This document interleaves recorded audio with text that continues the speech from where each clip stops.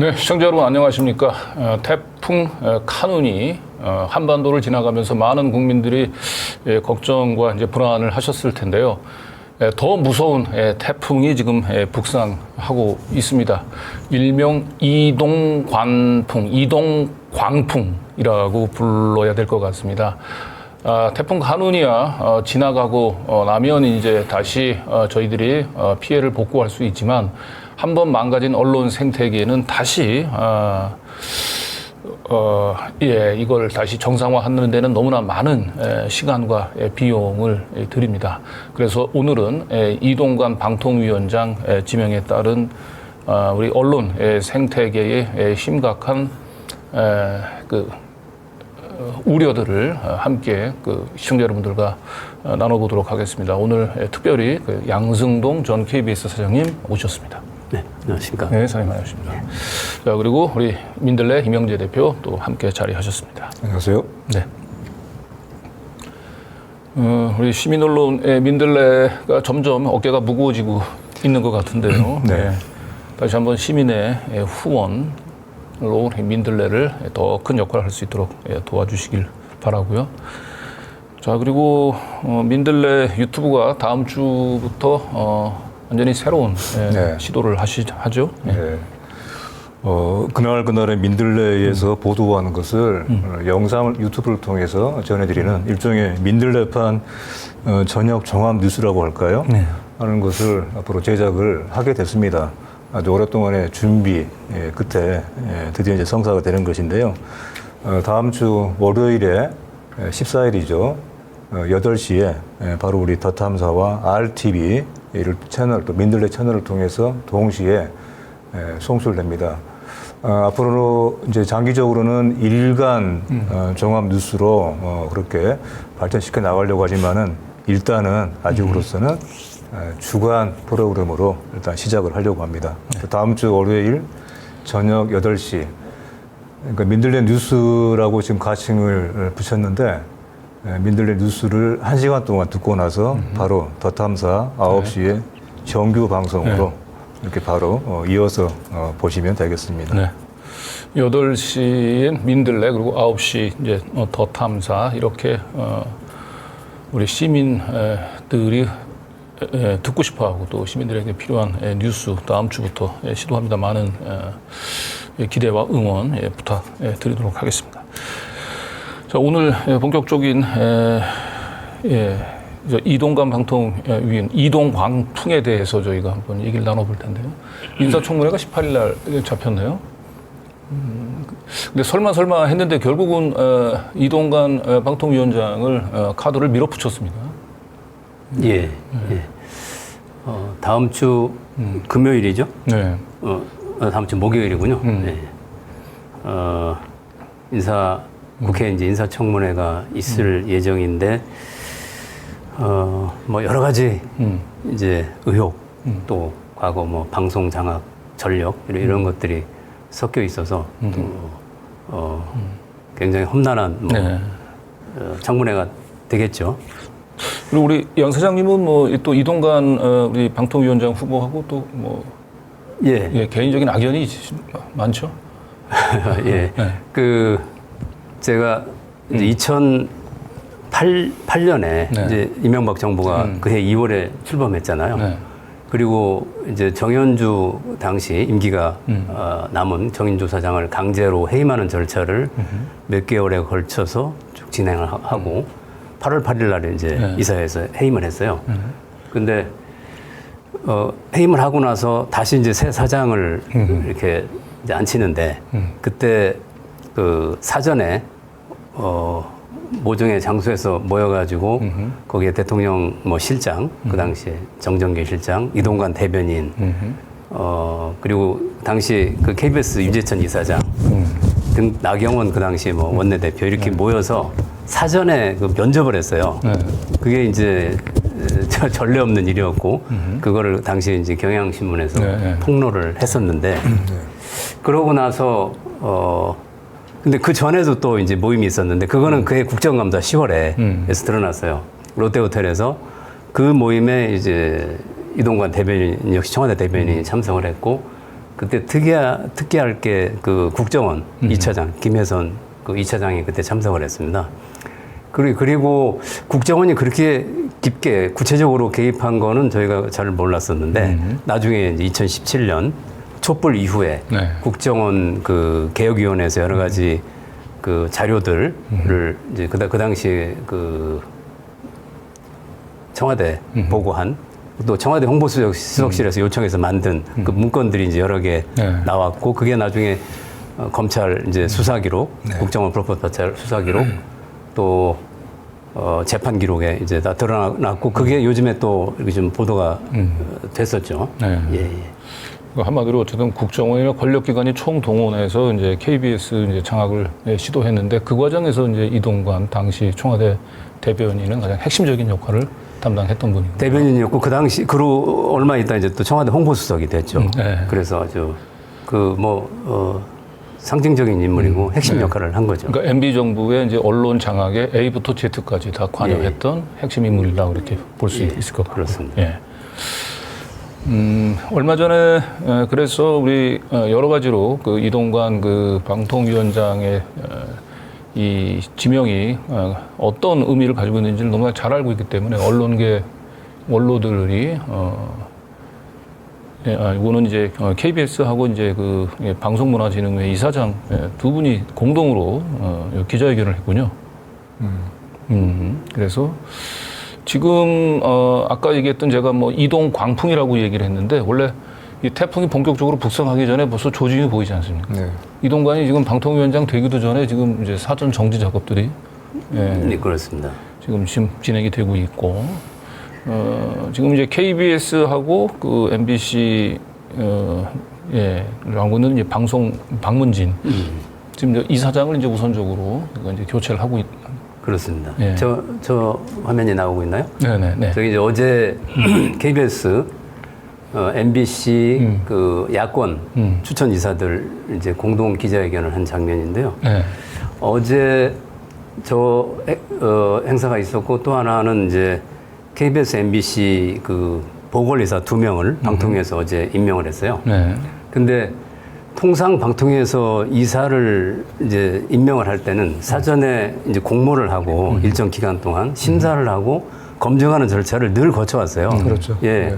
근데 이게 전무했어요. 저 하는 줄도 몰랐어요. 근데 어제 뉴스에 이제 그 서기석, 차기환 두 이사를 이제 임명했다. 이렇게 보도를 보고 저도 알았는데 이게 전에 KBS 수신료 분리징수를 아주 졸속으로 전격적으로 이렇게 밀어붙여서 시행령을 개정하지 않았습니까? 네. 그때하고 뭐 같아요. 같고 이제 뭐 사냥하듯 수사를 한다. 예전에 이제 특수부 뭐 이런 얘기를 했었는데 네. 수사를 하듯이 특수부 수사하듯이 국정을 운영하는 게 아닌가 이런 생각이 들고 이게 바로 이제 민주주의의 훼손이라고 저는 생각을 합니다. 지금 일단 좀 KBS하고 MBC 상황을 좀 한번 그 점검을 먼저 좀 해보고 갔으면 좋겠는데 KBS가 지금 KBS 이사진이 9명이 KBS 이사가 11명이고 KBS 박문진 이사가 9명입니다. 9명이고 예. 지금 그 11명 지금 9명의 이사진들은 지금 어떻게 지금 재편이 됐나요? 지금 현재는? 지금 KBS가 이제 야권 추천이 7, 여권이 4였었죠. 이 정권이 이제 교체되면서 바뀌었어요. 그런데 KBS 이제 그 야권 추천 이사 윤석열 이사를 뭐 TV조선 재승인 문제로 아직 이 재판이 안 끝났는데 그냥 해임을 해버렸단 말입니다. 그래서 이제 6대5가 돼 있어요. 아니 6대5가 아니라 6대4가 돼 있어요. 네. 그래서 이제 어제 보궐이사를 선임을 했기 때문에 이제 6대5가 된 거죠. 네. 보궐이사로 이제 차기환 KBS는 이제 서기석 전 헌법재판관이라고 합니다. 서기석 헌법재판관. MBC도 그 6대3 구도였는데 네. 6분 중에서 이제 한 분이 뭐 사퇴를 해서 그래서 5대3이 돼 있습니다. 근데 이거를 다음 주 수요일 날 이제 방통위 전체 회의가 있는데 여기에서 지금 KBS 이사장하고 남영진 이사장하고 MBC 박문진, 권태선 이사장을 지금 해임하려고 하고 있습니다. 네. 그렇게 해임을 해버리면 그러고 나서 이제 다시 보궐이사를 집어넣으면 이제 바뀌는 거죠. KBS가 지금 현재 여권이 이제 6이 되는 것이고 야권이 5가 되는 거죠. 그래서 과반으로 이렇게 사장을 해임할 수가 있습니다. 그리고 MBC도 마찬가지로 이제 여야 바뀌게 구도가. 그리고 이제 이사장은 그걸 향해서 가고 있는 거죠. 그리고 이제 이사장은 이제 호선을 하게 됩니까? 그러면은 이제 바뀐 여야 바뀐 이사회. 그렇죠. 통상 호선을 합니다. 호선을 해서 이제 뭐 연장자가 이렇게 통상 이렇게 하는데 어떻게 할지 모르겠습니다. 네. 근데 뭐 그건 다 조정을 하겠죠. 지금 MBC 이제 새로 보궐이사로 선임된 차기환 씨 같은 경우는 워낙 또 악명이 높으신 분이죠. 네. 이분이 2008년도 그 아마도 이동관하고 아주 뭐 이동관, 최시중, 차기환 이렇게 트로이카 체제였던 제 기억에는 MBC 이사였다가 KBS 이사였다가 이번에 다시 MBC 이사로 또 다른 올드보이의 귀환인데. 그 차기환 이사를 이사장으로 또 임명하는 건 아닌지 모르겠는데 좀 걱정이 많이 됩니다. 뭐 그런 얘기가 돌더라고요. 네. 그러니까 지금 그 전까지는 사실은 좀 눈치를 좀 어느 정도 보는 것 같긴 한데 이거 윤석열 정부 출범하고 난 뒤에 저는 바로 KBS 사장이나 MBC 사장을 교체하는 거 아니라서 조금 눈치를 보는 텐데 지금 워낙 총선이 가까워져 오다 보니까 최소한의 이제 그 형식적인 절차까지도 다 무시하고 좀 밀어붙이는 것 같습니다. 아주 그 가장 최소한의 절차, 형식 요거만 이제 남겨놓고 지금 방통위가 지금 3명이잖아요. 5명이 아니고 3명. 그렇죠. 3명이죠. 3명에서 어마어마한 일을 불안정한 다 하고 있는 불안정한 체제. 그리고 그러니까 그렇게 하고 싶었을 걸로 추정이 돼요. 지금 하는 걸로 봤을 때 그렇죠. KBS 이사, KBS 사장, MBC 사장 바로 해임하고 이제 교체하려고 했을 것 같은데 그게 늦어진 게 이제 방통위원장 임기가 있었고 방통위원장이 그동안 쭉 버텼기 때문에 좀 늦어진 거, 좀 차질을 빚은 거라고 볼 수 있죠. 저쪽에서 볼 때. 네. 자, 그래서 지금 문제는 이동 광풍이 본격적으로 북상도 하기 전에 이미 이 KBS하고 MBC의 이사진 전원 사실상의 이제 이 대통령실의 이제 수중에 그 KBS하고 MBC는 이제 지금 떨어졌다고 이제 지배 구조 자체는 봐도 이제 무방할 것 같고요. 그 아마 그 절차대로 다음 주 수요일 지금 저쪽 타임테이블대로 가는 것 같아요. 네.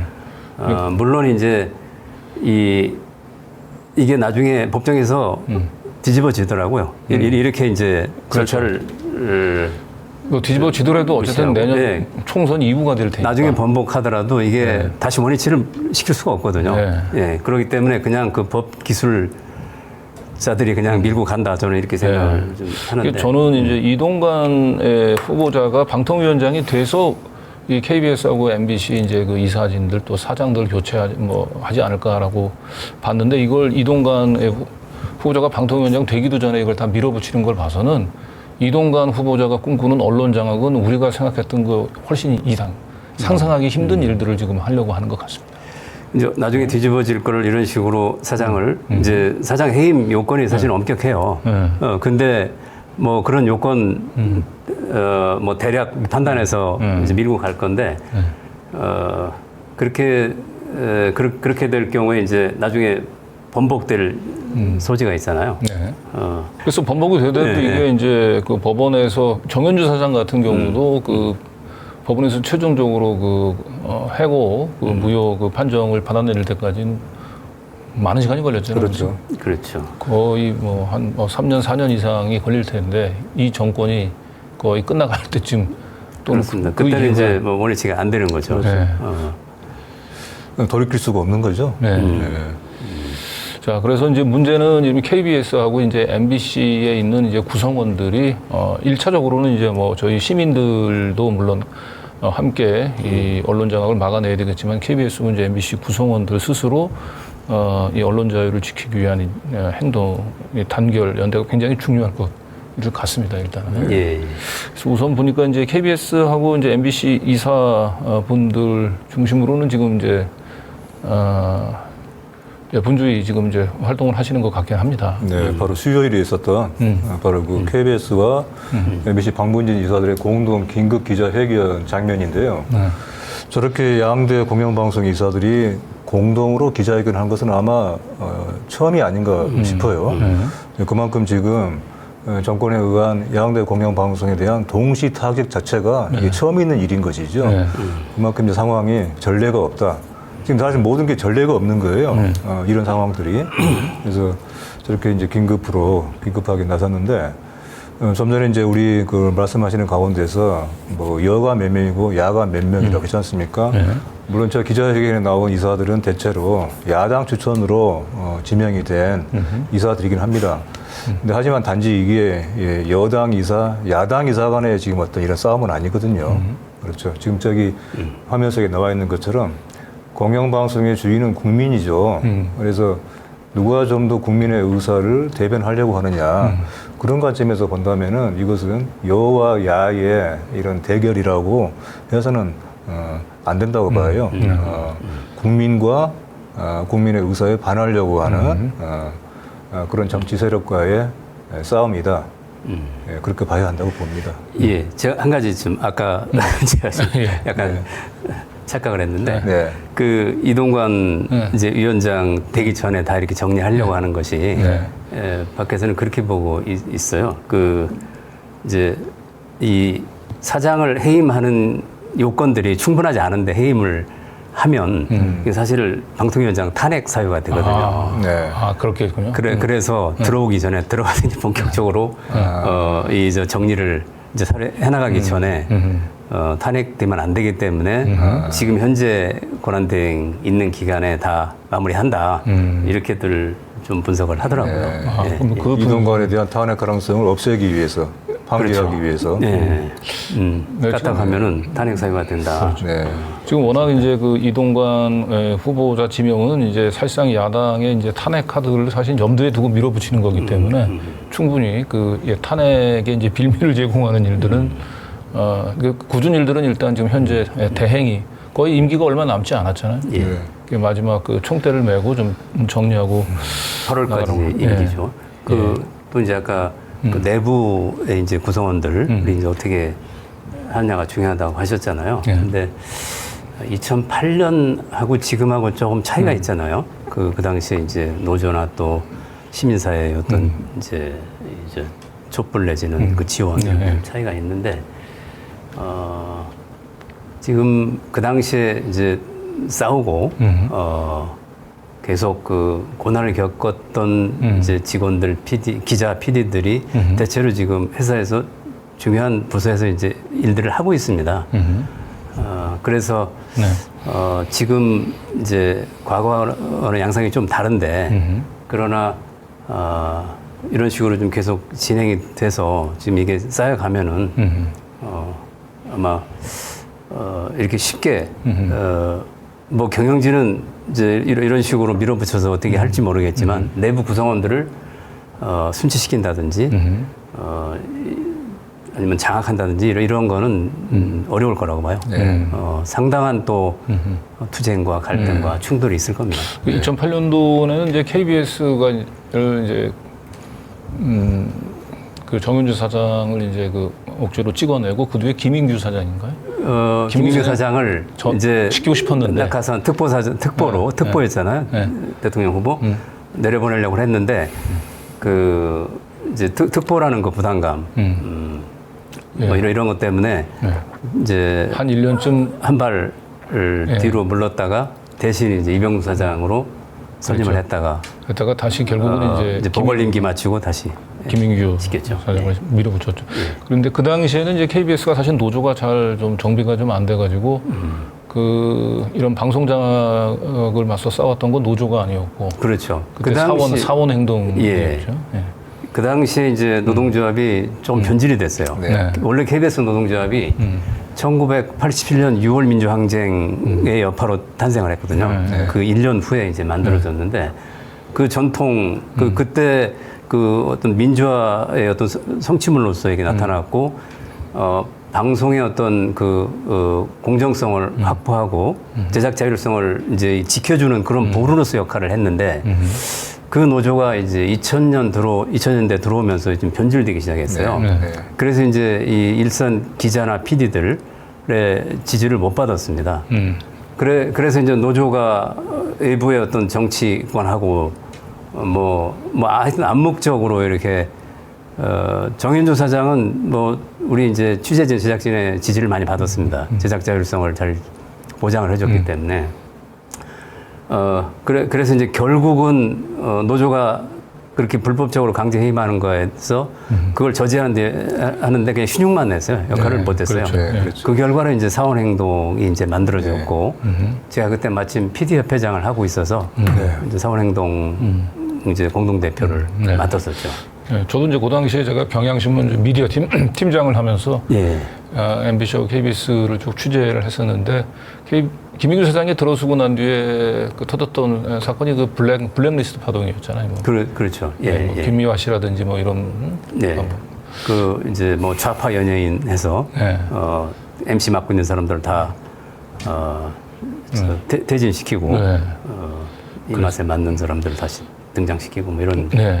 근데 지금 이제 이동관 카드를 저렇게 밀어붙이고 있는 거는 2008년도에 그냥 프로그램에서 일부 그 정권의 비판적인 연예인들 찍어내고 사장들 교체하고 이런 정도를 좀 넘어서는 KBS나 MBC 자체를 KBS2나 MBC를 민영화시키는 그런 것까지 염두에 두고 있는 게 아닌가 싶은데. 예, 이제 지금 이제 제작 자율성을 저희가 정현주 사장 때 맛을 봤기 때문에 저항을 그렇게 세게 한 겁니다. 2008년에 이제 정권에서 부당하게 방송을 장악하고 프로그램 보도에 이제 개입할 여지가 크다고 그래서 그랬고 이번에도 이제 마찬가지일 겁니다. 그러니까 저희가 이제 촛불 때문에 KBS가 다시 한번 기회를 얻어서 이제 경영진 교체하고 어떤 시민의 한 발 더 가까이 가는 KBS를 만들었고 제작 자율성 보장 장치를 상당히 강화했습니다. 네. 제가 이제 사장이 되고 나서 그러고 지금 한 5년 정도 그런 분위기에서 이제 기자 PD들이 제작을 하고 취재를 했기 때문에 쉽게 장악하기 어려울 겁니다. 일선 제작진들을. 그래서 아마 이거를 힘을 빼기 위해서 ETV를 분리해서 이걸 민영화하겠다. 이런 이제 구상을 갖고 있지 않나. 원래 이 구상은 이제 국힘 이전에 그 한나라당, 새누리당 이때부터 계속 이제 좀 위협하는 카드로 갖고 있었어요. MBC 민영화에게도. 그렇게 해서 어떤 공영방송을 좀 축소 무력화하려고 하는 것도 동시에 이제 갖고 있지 않겠는가 이런 생각이 드는 거죠. 네. 그러니까 이 이명박 MB 시절의 언론 장악의 이제 후유증이 지금도 극복되지 않고 있는 거는 사실은 이제 종편의 출범이잖아요, 우리한테. 그렇죠. 그렇죠. 근데 지금 이번에 다시 이제 KBS하고의 KBS2나 이제 MBC를 민영화 시킨다고 얘기한다면 이게 자본의 손에 넘어가면 이제 그 공영방송이 아니고 이제 사형방송이 되는 거고, 일단 자본의 손에 들어가게 되면 그 다음에 이것을 다시 공영화시킨다라고 얘기하는 건 사실상 거의 불가능하지 않습니까? 그렇죠. 정편의 지금 현재 현황을 보더라도 이미 한번 만들어지면 그걸 돌이킬 수는 없는 거잖아요. 그러니까요. 과거로 돌아가기 힘든 것은 물론이거든요. 지금 정편이 우리 사회에 미치는 영향력이 얼마나 큽니까? 이것은 단순하게 어떤 그 하나의 방송의 출연이 아니라 한국 언론 전체를 황폐화시키고 있어요. 그래서 MBC라든가 KBS, ETV를 민영화한다고 하는 거, 이것은 사실상 제3, 제4의 종편을 만들겠다. 종편화시키겠다. 종편 천지를 만드는 거죠. 그래서 이 이동광풍은 그냥 일시적으로 지나가는 그런 그 악재가 아니고, 그러니까요. 언론 생태계 자체를 완전히 이제 그 공산당 기관지 운운했지 않습니까? 네. 이동관 후보가 이제 엊그제 유시민 작가도 그런 칼럼을 쓰셨던데 ETV 민영화, MBC 민영화. MBC 민영화 물론 쉽지는 않습니다. 이제 MBC 민영화는 내년에 총선에서 여권이 이제 과반을 넘으면 법을 바꿀 수는 있을 거예요. 방문지법. 입법 사항이기 때문에. 그래도 이제 그 절차를 진행하는 게 쉽지는 않다고 하더라고요. 네. 그럼에도 불구하고 뭐 그런 카드를 가지고 계속 위협을 할 수 있고 또 뭐 그렇게 될 수도 있어요. 네. 네. 자, 그래서 어쨌든 지금 이동관 방통위원장 그 후보자가 생각하고 있는 이 언론 장악은 좀 어디까지 이게 이 후유증이 미칠지 좀 가늠하기 힘든 상황인데요. 그래서 우리 뭐 KBS, MBC나 이제 YTN 이 방송사 내부뿐만 아니고 그 언론 학자들 사이에서도 지금 심각한 우려를 표시를 하고 있죠. 예. 네. 이거 그저께 나온 성명인데요. 네. 사실 언론 시민단체들에서는 성명이 지금 뭐 계속 본물처럼 쏟아져 나오고 있지만은 언론 학계에서의 이런 사안들에 대한 성명은 사실 이렇게 흔한 일이 아니거든요. 네. 근데 언론정보학회라고 하는 한국의 언론학계를 대표하는 학회 중에 하나예요. 여기서 되게 비판적인 성명을 냈는데 이 학자들의 입장에서도 지금의 사태가 단순하게 어떤 공영 언론에 대한 장악이라든가 또 어떤 뭐 왜곡 이런 정도가 아니라 여기 이렇게 지금 써놨죠. 공영방송 자체를 소멸시키려 하고 있다라고 지금 하는 거예요. 그러니까 이것은 어떻게 보면은 이것이 이제 지금까지 단순하게 정권에 의한 권력에 의한 공영 언론의 장악과는 다른 근본적으로 다른 어떤 새로운 상황이 아닌가 싶고요. 이 점을 이제 학자들이 많이 염려를 하고 있는데. 바로 그러기 때문에 이 같은 큰 그림을 가지고 있기 때문에 지금 마음이 급한 것이 아닌가 싶어요. 빨리 이동관의 방통위원장 임명, 그 취임 확정이 되기 전부터 뭔가 지금 서둘러야 돼. 그래서 이동관 방통위원장 취임과 함께 그야말로 이런 구상을 좀 본격적으로 앞으로 펼쳐 보이겠다 하는 그런 어떤 내심의 기획이 좀 보이는 게 아닌가 싶습니다. 네. 네. 자, 이런 가운데서 우리 그 유시민 작가가 그 내게 KBS는 무엇인가라고 하는 이제 그 칼럼 이게 많이 좀 언론계에서는 좀 회자가 된 칼럼인데요. 네. 역대 정권에서 사실은 이렇게 그 공영방송, 이 언론을 장악을 시도했던 정권 단 한 번도 제대로 성공한 적도 없고 그 후가로 항상 정권은 몰락을 했다라고 하는 네. 얘기를 전하고 있는데요. 예. 그러니까 지금 현재 KBS나 아니면 이제 MBC를 장악하려고 하는 시도를 통나무를 깎아서 지금 젓가락으로 만들려는 것이다라고 또 이제 비유도 하셨고요. 예. 통나무를 깎아서 젓가락 참 부질없는 짓이죠. 거기다가 이 젓가락 가지고 할 수 있는 게 없다. 뭐 이런 이제 내용인데 저도 이거 뭐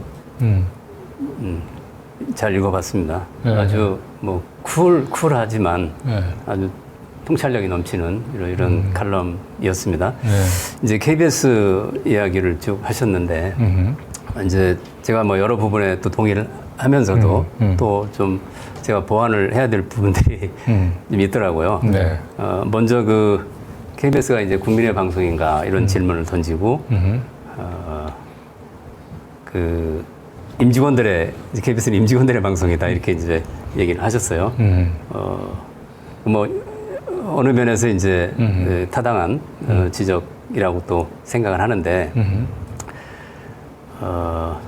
그 이제 여당 편, 여권 편도 아니고 이제 야권 편도 아니다 사실은 이제 어느 쪽에서 보느냐에 따라서 저쪽이 이제 좀 저쪽에서 이쪽을 볼 때는 편파적으로 이제 이렇게 보기도 하는데 그 본래 이제 87년 민주항쟁 이전에는 뭐 정권에 이제 나팔로서 정권의 홍보 방송이었잖아요.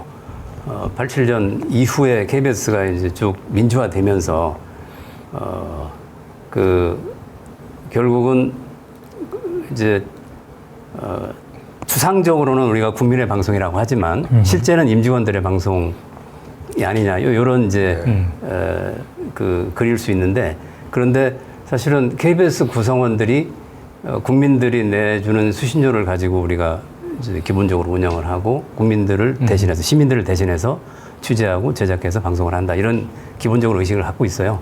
그리고 특히 이제 촛불 이후에 저희가 140일 KBS가 파업을 해서 이제 결국은 경영진 교체해서 새로운 KBS가 이제 등장을 했는데 그때 이제 저희가 어떤 강렬한 그 기억 또 그 촛불 시민들의 응원 이런 것 때문에 시민들 KBS를 시민의 품으로 이런 이제 캐치프레이즈를 내걸고 저도 취임을 했고 제가 그 사장에 이제 선임이 될 때 과거에는 그냥 이사에서 6대5로 이렇게 또 위에서 청와대라든지 여권에서 사전에 조정을 하고 했지만 시민 참여가 네. 최초로 이제 그렇죠. 이걸 제도화해서 시민 참여단이 40% 점수를 줘서 탄생을 이제 새 경영진이 탄생을 하게 됐고 또 투명성 또 뭐 설명 책임 이런 거를 강화하기 위해서 노력을 많이 했어요.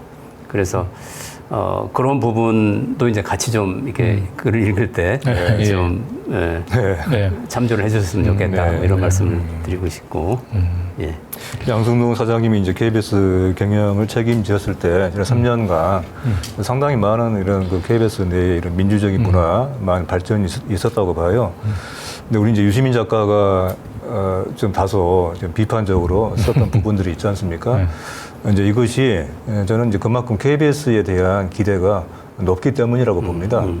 그리고 이제 KBS가 일종의 공영 언론, 국가기관 방송이잖아요. 그런데 이럴 때 법에 의해서 국가기관 방송사로 이제 규정이 돼 있죠. 그리고 공영 언론이라고 하고 이런 법적인 지위가 이제 부여가 돼 있는데, 하지만 이것은 저는 하나의 목표라고 봅니다. 끊임없이 추구해야 되는 과제이다. 그래서 항상 공영이라고 하는 것이 갖고 있는 어떤 안정성이 있죠. 근데 이것이 또 한편에서는 상당한 자기 유혹이 된다고 봐요. 그 안에서 안주하려고 하는. 그래서 지금의 KBS에 대한 바깥으로부터 이런 위협, 많은 공격을 이겨내는 과정은 또한 동시에 지금도 국민들이 좀 더 좀 잘해주길 바라는, 좀 더 공영다운 모습을 보여주기를 바라는 어떤 그런 기대와 요구에 또 한편 더욱더 좀 부응해야 한다는 그런 이중의 과제가 있지 않는가 하는 말씀을 좀 드리고 싶네요. 예, 그리고 이제 거기 또 이 부분도 이제 사실은 상당히 설득력이 있는데 소비자로서 방송의 소비자로서의 불만 이걸 쭉 얘기를 하셨어요. 그래서 본인은 이제 KBS 뉴스가 좀 부족하고 일일 드라마 오락 프로그램 뭐 안 했으면 그걸 왜 저기 다른 방송사와 경쟁을 하냐 이렇게 써놓으셨더라고요. 근데 이제 이거는 또 이걸 또 원하는 분들이 계시고 사실은 일일 드라마 그렇죠. 시청률이 높아요. 근데 KBS가 제작비를 더 많이 들여서 아주 퀄리티가 높은 일일 드라마를 저도 좀 만들고 싶었는데 예산을 그렇게 많이 저도 늘리지는 못했습니다만은 이제 요구 사항들이 다 다른 겁니다. 다양하죠. 국민들이. 그래서 이제 그렇게 또 표현하셨던데, 그러니까 보도나 제작 과정에서 KBS가 나름대로 균형을 이제 찾아간다.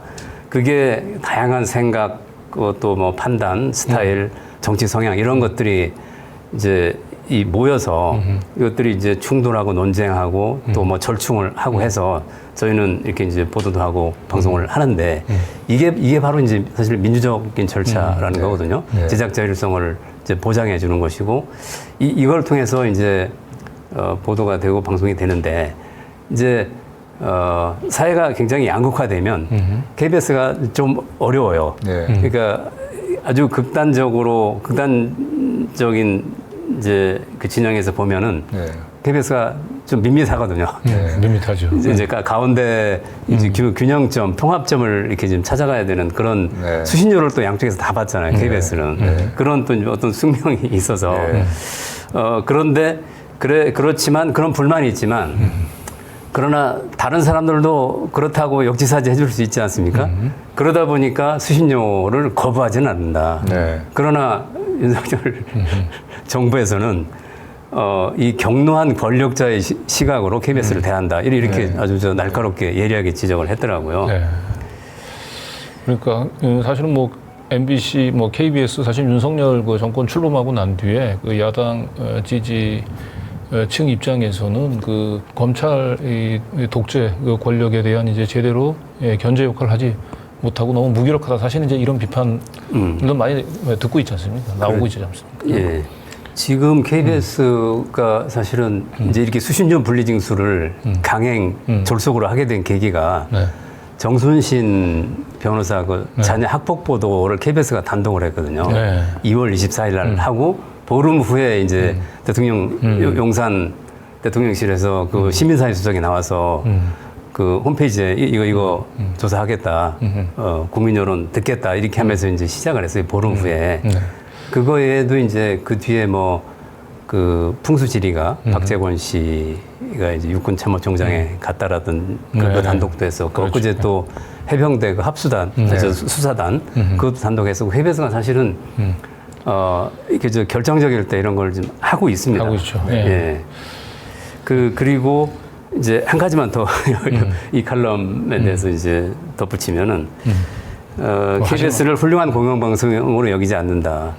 지금 사실 저희가 훌륭한 공영방송이 못 되고 있다는 것에 대해서는 저도 이제 마음이 아프고 지금 경영진도 마찬가지일 겁니다. 근데 앞으로 훌륭한 공영방송이 되리라는 기대도 없다 이렇게 쓰셨는데 요거는 이제 저희가 좀 저희가 KBS가 정말 그 훌륭한 공영방송이 되기 위해서 굉장히 노력을 하고 있습니다. 사실은 이제 그 재난방송에 대해서는 뭐 국민의 방송 역할을 한다 또 이렇게 이제 칭찬을 해주셨던데 앞으로 지금 사회를 위험 사회라고 하잖아요. 그래서 재난방송은 굉장히 KBS한테 이제 중요한 이런 역할이고 또 하나는 디지털 시대에 KBS가 충분히 적응을 못했어요. 디지털 시대를 맞아서 우리 덧담사도 나오고 뭐 뉴스공장도 나오고 이런 좋은 이제 이 미디어 이 콘텐츠들이 나오잖아요. 근데 KBS가 사실은 거기 적응을 해서 디지털 콘텐츠, 디지털 플랫폼에서 이제 어떤 통합적인 역할, 공영방송으로서 역할을 해줘야 되는데 그 부분이 좀 저희가 이제 워낙 그 정치적으로 혼란스러운 게 많아서 그런 부분들이 충분하게 이제 진화를 못했어요. 근데 그거는 이제 유럽의 그 공영방송사들 보면은 특히 BBC 같은 경우 그런 그 진화에 성공을 했거든요. 그래서 그런 모델이 있어서 KBS도 그쪽으로 향해서 갈 겁니다. 디지털 시대를 맞아서 공영방송이 마침내 때를 만났다. 이런 그 그레이엄 머독이라는 학자가 얘기했는데 KBS의 가능성이 저는 있다고 봐서 시민들한테 이제 우리 양 사장님 이제 얘기대로 이제 KBS가 이제 그렇게 이제 미래 이제 청사진대로 이렇게 차근차근히 준비해가고 발전해가면 좋은데 지금은 뭐 워낙 그 상황이 엄혹해서 지금 다시 이제 퇴행을 해버리니까요. 너무 안타깝습니다. 당장은 지금 이제 그 발등에 불로 떨어진 윤석열 정권의 이제 KBS의 이제 처참한 이 장악. 이 시도를 지금 이제 막아내는 게 좀 중요한데 사실은 이미 뭐 KBS 그 수신료 그 분리 징수라고 얘기하는 건 그 KBS의 이제 그 공영방송 체제를 지탱하는 뭐 큰 기둥뿌리를 하나 그냥 통째로 이제 드러낸 거죠 사실은. 설마 이제 수신료 분리 징수를 그냥 KBS를 압박하는 카드로 쓰는 건 몰라도 이걸 실제로 실행에 옮길까라고 생각했는데 결국은 밀어붙였어요 윤석열 정권이. 그 부분은 좀 말씀드려도 돼요? 말씀하시죠. 그 부분은 지금 아파트 현장에서 아파트 관리 무슨 신문인가가 있더라고요. 그 이제 몇 번 보도가 됐는데 현장에서 뭐 아우성이에요. 관리사무소가 이게 말이 안 된다. 그래서 뭐 KBS하고 한전에 항의하고 이런 식으로 바꿔서 그 자기네한테 민원 전화 뭐 엄청 오고 이걸 도대체 어떻게 하라는 말이냐 이런 막 불만과 항의들이 많아요. 일하는 스타일이 이래요. 위에서 그냥 뭐 이런 식으로 졸속으로 해버리고 다 그 책임과 혼란은 그 현장에서 이렇게 일어나게 이렇게 했는데 이제 저는 그렇게 봅니다. 사실은 수신료 분리징수 이 시행령 개정이 워낙 문제가 많기 때문에 헌법 소원을 지금 내놨잖아요. KBS에서 이게 그동안 이제 수신료 관련해서 헌법소원과 대법원까지 한 4번을 갔어요. 그래서 법적으로 굉장히 탄탄하게 이 논리가 구축이 돼 있습니다. 이걸 깨기 어려워서 아마 정부가 방통위가 패소할 거다 이렇게 보는데 그런데 이제 문제는 이제 경영진 고체가 다 끝나고 나서일 거란 말이에요. 그래서 그때 패소를 하게 되면 어떤 상황이 될까? 이런 생각도 좀 해보고 있습니다. 그래서 지금 사회 언론계 이제 원로 인사들이 수신료 분리 징수를 규탄하는 소명도 발표하시고 그랬는데 지금 일단 뭐 이 법은 법 절차는 뭐 안중에도 없는 것 같고요. 윤석열 정권. 그리고 이제 수신료 분리징수 문제에 관련해서는 8개국 공영방송 사장들이 또 한 목소리 내셨네요. 좀 앞에 거 지나가나요, 그냥? 앞으로 거요? 예, 예, 말씀하세요. 여기 이제 제가 한마디만. 네. 저 이제 그 원로들께서 네. 이 수신료 분리징수 시작되고 나서 네. 얼마 후에 이제 그러니까 지난 6월 13일인가 네. 오셨어요. KBS 본관 계단 앞인데 네. 가운데 이제 좀 계신 분이 우리 김상근 전 이사장입니다. 네. 왼쪽에 계신 분이 이제 김중배 선생이고 오른쪽에 이부영 네, 함세웅 신부님도 보이고. 함세웅 신부님 계시고 네. 권영길 네. 전 이제 권영길 예. 언론노조 민주당 대표도 대표. 계시고 한데 네. 그 김상근 이사장님이 전날 이제 민들레에서도 보도가 됐더라고요. 됐는데 이건 이제 오마이뉴스에서 제가 이 기사를 네. 이제 보고 그때 발언 내용이 민들레에서 김상근 이사장님 발언은 이제 안 실렸던데 네. 저분이 이제 80년 민주항쟁 이전에 그 1년 전에 시청료 거부 운동이 크게 번졌었잖아요. 네. 그때 그 주도를 하셨던 분이에요. 예. 예. 그분이 이제 KBS 이사장이 되신 거예요. 2018년에 이사 선임이 돼서. 그래서 그때 시민자문단 이제 이렇게 정책 설명회를 하는데 제가 그런 사람입니다.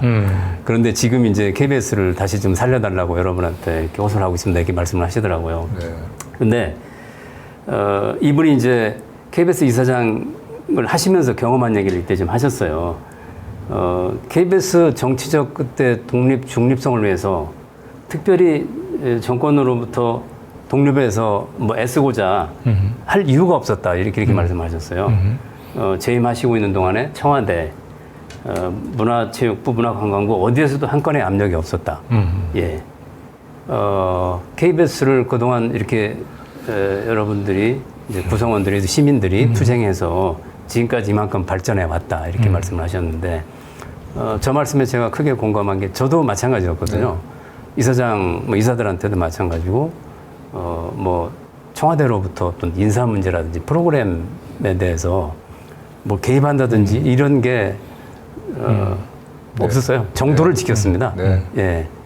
그게 이제 2008년 이후에 KBS 또 지금 이런 식으로 장악해서 이제 나중에 보여질 KBS하고 굉장히 크게 비교가 될 겁니다. 네. 자, 이렇게 하여튼 윤석열 정권 들어서고 난 뒤에 뭐 국가 뭐 시스템들이 이제 곳곳에서 무너지고 있는데 이 방송 공영방송까지 무너지게 되면은 정말 여러 가지 이제 심각한 후유증이 예상이 되는데 이런 가운데서 8개국 공영방송 사장들이 KBS 수신료 분리징수 우려에 대해서 한 목소리를 내주셨네요. 예. 그것도 이제 6월 말쯤에 6월 말쯤에. 수신료 분리징수 때문에 네. 나온 이제 이 성명서예요. 근데 네. 뭐 많이 안 다뤄졌어요. 다행히 이제 민들레에서도 다뤘더라고요. 네. 다뤘는데 저 8개 이제 저 한번 다시 보여주실까요? 네. 8개 공영방송 사장들 이제 GTF라고 글로벌 태스크 포스 포 퍼블릭 그 미디어 네. 요게 약자예요. 네. 그러니까 이 KBS가 포함된 이제 방송 관련 이 전 세계적으로 이제 가입한 단체가 ABU라고 아시아 태평양 방송 연맹이라는 게 있고 PBI라고 퍼블릭 브로드캐스터스 인터내셔널 전 세계 공영방송 이제 사장들 모임 이런 게 있습니다. 거기 이제 KBS가 뭐 주도적 역할을 좀 하고 있었는데 이 GTF는 2020년에 이제 결성이 됐어요. 그리고 그 2020년 4월에 이제 유럽과 캐나다, 이제 호주 이런 8개 선진 공영방송사들이 이 GTF를 만들었는데, 그러니까 PBI는 전 세계 공영방송 사장들 회의이기 때문에 좀 약간 그 권위주의 국가도 있고 좀 독재 국가도 있고 뭐 그래요. 국영도 네. 포함되어 있고. 근데 여기는 그야말로 선진 이제 유럽 공영방송사들을 중심이에요. 7개인데 거기에 이제 KBS가 초청을 받았어요. 제 재임 중인데 네. 그 다음 4월달에 결성이 돼서 제가 8H 말하자면 여덟 번째자 최종 파이널 멤버로 이제 KBS를 초청을 했어요. 그 다음 달에 2020년 5월에 그때 이제 한참 코로나 KBS가 이제 나름대로 이제 그쪽 언론 선진국에서 그 KBS를 이제 그 인정을 한 겁니다. 인정을 해준 거네요. NHK도 여기에 못 들어갔어요. NHK는 이제 어떻게 해서 못 들어갔는지 자세히는 모르겠는데 NHK는 사실은 재난 방송은 굉장히 우수하지만 NHK는 우리가 지금 그 모델을 삼고 있지 않거든요. 그렇죠. 공영방송의 모범이 아니죠. NHK는. 그러니까 NHK는 안 들어갔는데 KBS를 그만큼 인정을 해준 거예요. 2018년 이후에 KBS에 대해서.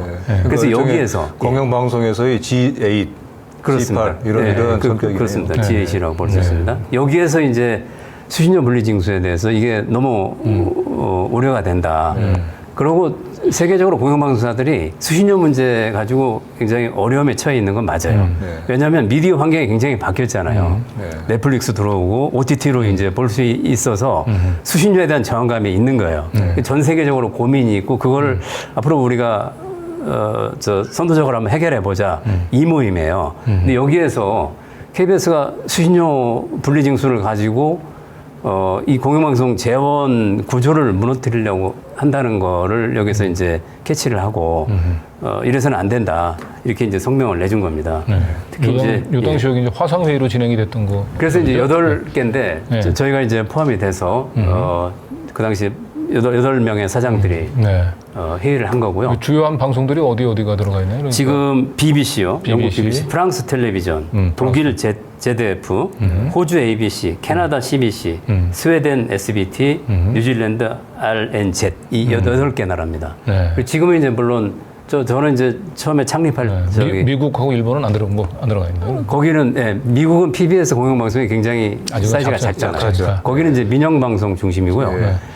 하여튼 NHK도 뭐 안 되고 파이널 멤버라고 그랬어요. KBS를 8개 아시아에서 네, 잘못하면 이제 이 힘들게 들어간 언론 선진국 G8 이 서밋 글로 여기서 이제 인정받기 어렵죠. 이런 식으로 가면은 여기서 회원이 되기가 어렵죠. 그렇죠.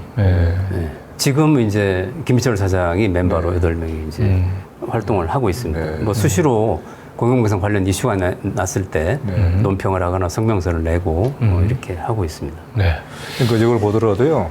이제 한국이 이른바 이제 선진국 진입을 이제 했다라고 우리가 스스로 자평하고 또 타평을 받고 있지 않습니까? 이제 한국의 국력의 신장만큼의 이런 여러 분야에서의 국제사회 중심 국가로 진입을 하는 과정에서 공영방송도 저는 이제 어떤 그런 결과라고 봐요. 이렇게 G8이 들어가고 하는 거. 근데 이런 것이 앞으로 이제 이 KBS에 벌어질 수 있는 일, 앞으로 예상되는 사태를 상상을 해보면은, 이게 이제 극단적으로 벌어지는 것이죠. 나라의 국력과 여러 부분 간의 괴리, 이런 현상들이. 그러니까 선진국이라고 하는 국력과 후진형이라고 하는 어떤 사회 여러 부문에서의 그런 모습들이 같이 서로 공존하는 거예요. 그렇게 이제 앞으로 펼쳐지겠죠. 저는 이제 아까 말씀하셨지만 8개국인데 이런 식으로 진행을 했을 때 GTF에서 이제 어떤 반응을 보일지 그렇습니다. 저도 좀 제가 과거에 이제 국가인권위원회에 좀 있었습니다. 몇 년간. 이제 그때가 2000년대 초반부터 그러니까 이제 노무현 정부 때까지 그때가 사실은 국가인권위원회가 제 역할을 하려고 했던 때였어요. 근데 그것이 이제 2008년에 정부가 이제 바뀌면서 한국의 국가인권위원회가 아시아 태평양에서 그 이상이 급속도로 추락했습니다. 그리고 심지어는 이런 국가인권위원회는 차라리 없는 것이 낫겠다라고 하는 나라 안팎의 인권단체들로부터의 그런 비판이 있었어요. 그러니까 어떠한 오히려 이 좋은 일을 하는 공적 일을 하는 이런 기구일수록 이 같은 정치 권력에 의해서 뭔가 침해를 받고 성격이 바뀌어버리면은 극단적인 정반대 상황이 돼버리는 것입니다. 그런 부분들이 이제 그 뭐 세계적으로 그 조사기관 이런 데서 이제 수치를 발표하잖아요. 뭐 언론 자유, 뭐 자유도, 뭐 저 신뢰도 수치 이런 게 아마 그 수치로 드러날 네, 겁니다. 급속도로 뭐 추락을 할 것 네. 같고요. 이미 미 국무부 인권 보고서에서도 작년에 그 저희 뭐 더 탐사를 비롯해가지고 비판적인 언론에 대한 탄압, MBC 그리고 저희 더 탐사 압수수색 이런 게 국무부 인권 보고서에도 들어갔거든요. 그렇죠. 예. 예. 올해도 아마 이 언론 자유지수 세계적인 뭐 기관들 평가는 급속히 후퇴할 것 같고요. 자 문제 여기 우리 김성재 에디터가 네, 한국판 BBC, KBS가 내년 총선 앞두고 사실상 이제 땡전 뉴스 만들려고 하는 게 아니냐. 네. 그리고 이제 우리 윤 대통령의 이제 반국가 세력 발언이 지금 이제 이동관 후보자의 공산당 언론으로 이어져 있는데 사실상 이제 공안 정국을 예고를 한다. 이제 이런 이제 우려를 지적을 해놓고 있습니다. 네. 저 공산당 언론이라는 발언을 통해서 이동관이 생각하고 있는 앞으로의 그 언론, 본인이 생각하고 있는 그 언론 정책, 이거 사실상 뭐 예고를 한 것 같아요. 그렇죠. KBS, MBC도 뭐 그런 식으로 만들겠다는 거겠죠. 그렇죠. 네, 저 시각, 말하고 저 시각대로 얘기한다면 지금 말과 이제 KBS가 지금 힘들게 들어가 있는 그 G8, 예. G8은 이 좌파 언론 동맹이 될 것 같습니다. 이동관 후보자의 시각에서 보자면. 그러겠죠. 네. 예. 예. 하여튼 BBC, 그러니까 한국판 BBC 만들어 보겠다. 네. 말은 그렇게 하지 않았습니까? 네. GTF에서 인정하지 않을 것 같은데요. 아, 그렇죠. 사실상, 저것이 얼마나 저 앞뒤가 안 맞는 얘기인지를 예를 들면은 저 이제 공산당이라고 하는 말 저는 이제 저 말을 들으면서요. 사실 과거에 우리가 종북이니 친북이니 하는 말은 종종 들어봤어요. 근데 하지만 공산당이라고 하는 말 자체까지 나오진 않았거든요. 근데 저런 말까지 지금 서슴지 않고 있는 상황이죠. 근데 저는 오히려 이동관 씨가 공산당 신문, 공산당 방송은 인정하지 않겠다, 인정할 수가 없다라고 얘기를 했지 않습니까? 근데 가만히 보면은 지금 이동관 씨라든가 지금 현재의 이런 여러 언론 장악을 하려고 하는 정치 세력들이 오히려 지금 만들려고 하는 것이 이른바 그것이 오히려 공산당 신문이고 공산당 방송이에요. 예. 권력에 대한 집권 세력에 대한 일체의 반대나 비판이 없는, 그 비판을 할 수가 없는. 예. 그것이 사실은 우리가 흔히 얘기하는 공산당 기관지 아니겠습니까? 거꾸로 저 얘기는 앞으로 대한민국에 공산당 기관지만 남도록 하겠다는 일종의 그런 선전포고로 저는 받아들였어요. 예. 아까 그 보여주신 거에 양두구역이라는 타이틀을 달았잖아요. 양두구역. 양두구역. 네. 네. 저게 이제 사실은 그 말하는 거하고 실제 행동하고 이게 다를 경우에 이제 양두구역이라는 표현을 쓰지 않습니까? 맞습니다. 그 양의 머리를 쓰고 이제 돼지고기를 판다 그런 뜻 아닙니까? 저게 그 미디어 공공성 포럼이라고 여기에서 주도를 해서 그 언론 문화 분야 이제 그 단체들이 그 포럼을 긴급 좌담을 했었어요. 저도 이제 참석을 했었는데 건가죠? 그 아까 이제 원로들께서 그 도구를 이끄시고 KBS까지 오셔서 이렇게 땡볕 밑에서 기자회견하고 하셨잖아요. 근데 이제 언론정보학회 아까 성명서도 말씀하셨는데 2008년하고 다르게 그런 것들이 조금 이제 뭐라고 그럴까요? 예전처럼 이렇게 막 쏟아져 나오지는 않았던 것 같아요. 그래서 그런 이제 문제의식 속에서 뭐 그때하고도 상황이 바뀌니까요. 그때 이제 여러 개의 단체들이 같이 좌담을 했고, 그래서 이런 것들을 공유하고 뭔가 행동에 나서야 된다. 시민사회에서 또 언론계나 문화계에서 그런 어떤 그 시동을 거는 그런 좌담이었었습니다. 자, 이제 거의 이제 이 방송 장악과 관련해서는 이제 마무리할 시간인 것 같은데요. 한겨레 신문에서 8월 16일을 멈춰라. 저 제목은 8월 16일 멈춰라고 하는 건 어떤 의미인가요? 방통위원회에서 전체회의 전체회의를 전체회의군요. KBS의 이사장과 이사에 대한 회의만을 강행하려고 하는 그런 권태수 남영진 이사장, 권태수 이사장 두 분 이제 해임을 예정하고 있는 날입니다. 저걸 이제 한겨레에서 이렇게 비판을 했어요. 칼럼을 통해서 언론학자의 칼럼인데 제가 저걸 아침에 보고 들었던 아쉬움이 있어서 저거를 이렇게 좀 보여드리는 것입니다. 저 글을 볼까요? 이렇게 돼 있어요.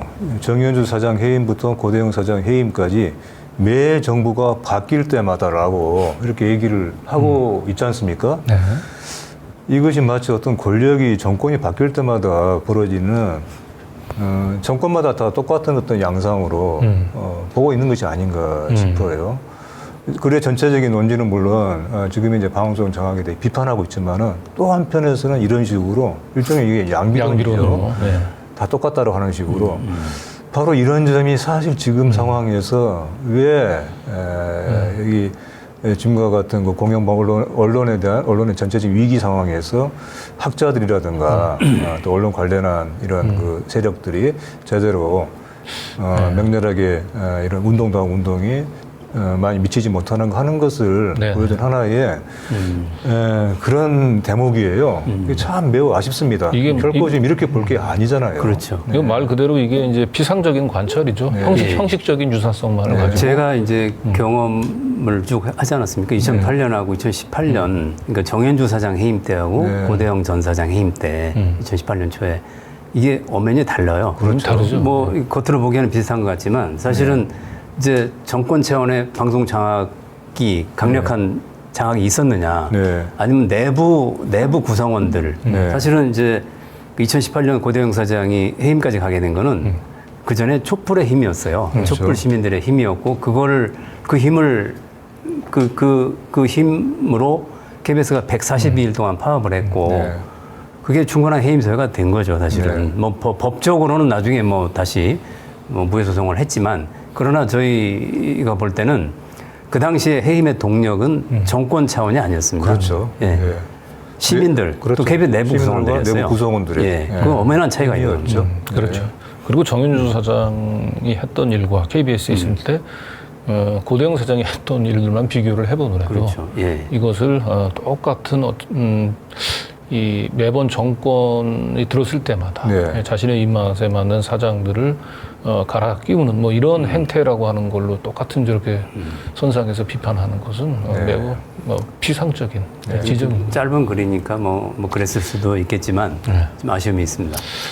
예, 자 어쨌든 이 8월 16일을 멈춰라라고 하는 이 제목에는 좀 동의가 됩니다. 그렇습니다. 많은 분들도 이 부분들에 동감을 하실 것 같긴 한데 이동관 후보자는 지난번 기자들 취임 지명 되고 난 뒤에 기자들하고 첫 번째 기자회견에서 뭐 방송 장악이라고 하는 건 언론 장악이라는 건 있을 수 없다라고 얘기를 했는데 이렇게 본인이 지금 뭐 취임하기 전서부터 이렇게 방통위원장을 검찰 권력과 감사원까지 동원을 해서 강제로 찍어내고 KBS하고 MBC 이사진들 이렇게 절차를 무시하고 다 이렇게 물갈이하고 있는데 이런 상황을 보고도 사실은 언론 장악이라고 하는 건 있을 수가 없다.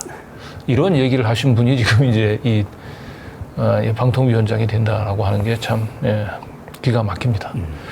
자 이제 좀 마무리할 시간인데 우리 이제 방송 그 장악 이동 광풍에 대해서는 마지막으로 우리 양 사장님 하고 싶은 얘기 시청자분들한테 또 당부하고 싶은 얘기 하면서 보내드리겠습니다. 예. 아까 나왔지만 양두구육이 참 적절한 표현인 것 같습니다. 예. 이렇게 해서 뭐 갈 걸로 예상이 됩니다. 그렇지만 저는 뭐 성공하기는 어렵다고 보고요. 파국을 맞게 될 것이고 굉장히 큰 충돌과 혼란이 또 있을 것이고 KBS, MBC 내부 구성원들, 노동조합 중심으로요. 또 이제 당장 뭐 경영진이 바뀌고 인사가 나고 하면은 이제 프로그램 탄압을 할 텐데 그 과정에서 상당한 그 충돌과 반발과 이런 게 있을 겁니다. 그래서 지금 내부 구성원들이 굉장히 힘들죠. 굉장히 힘든데 그러나 또 밖에는 시민들, 국민들이 계시고 또 시민사회가 있어서 이렇게 이제 무모하고 몰상식한 이런 이제 거에 대해서 이제 성공하지 못할 것이다. 저는 그렇게 봅니다. 네. 네, 오늘 뭐 태풍 속에서 여기 남양주까지 오시기가 쉽지 않았을 것 같은데 뭐 계속 더 오랜 시간 좀 얘기를 나누고 싶습니다만 워낙 지금 이 방송 장악을 막기 위한 이 상황이 위중한지라 오늘은 양 사장님 여기서 이제 보내드리고 앞으로 다시 한번 또 이럴 때 또 한번 초대하겠습니다. 그때 다시 한번 나와주시고 오늘 수고하셨습니다. 네. 네. 시민이 만드는 사회 공익 채널 시민언론 더 탐사 다시 시작합니다. 더 탐사를 응원하는 가장 스마트한 방법. 쇼핑이 후원이다. 더 탐사몰. 하지 마요. 쇼핑이 후원이다. 쇼핑이 후원이다. 더 탐사몰. 네, 오늘 광고해드릴 제품은 바로 보시는 것처럼 선풍기 같긴 한데요. 선풍기가 아니랍니다. 이게 서큘레이터라고 하는 건데요. 뭔가 이제 이 공기를 서큘레이터, 회전시켜주는, 순환시켜주는 아마 그런 의미인 것 같네요. 선풍기로 써도 돼요. 네. 아, 그래요? 네. 아무튼 여기는 선풍기가 아니라고 되어 있는데 강력한 바람을 구석구석 전달해주는 그런 서큘레이터이고요. 또 이것은 그 힘은 아주 강력한데 아주 조용합니다. 그리고 풍량을 4단계로 조절할 수가 있고요. 또 자동 회전 기능도 있고 또 자석 리모컨도 있고 특히 이것은 이제 이것만 사용해도 좋은데 에어컨을 사용할 때 이것을 함께 켜면은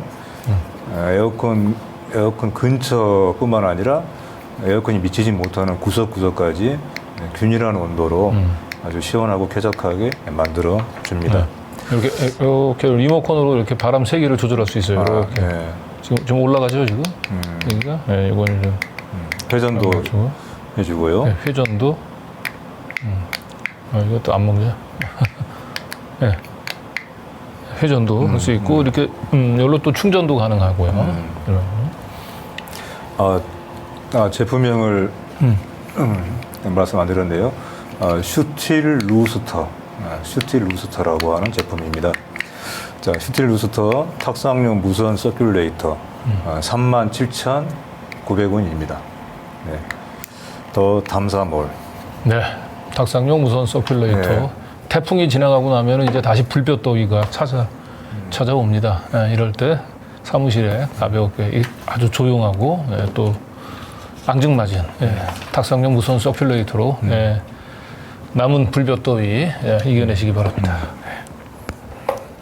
오늘도 시민언론 더 탐사 그리고 스튜디오 더 탐사 두 군데를 통해서 동시에 라이브 진행 중이고요. 스튜디오 더 탐사에서 구독, 좋아요, 알림 설정도 잊지 말아 주시기 바랍니다. 그리고 스튜디오 더 탐사 스태프들이 저한테 간곡히 부탁을 했습니다. 스튜디오 더 탐사 구독과 함께 슈퍼챗 후원도 아마 부탁드리도록 하겠습니다.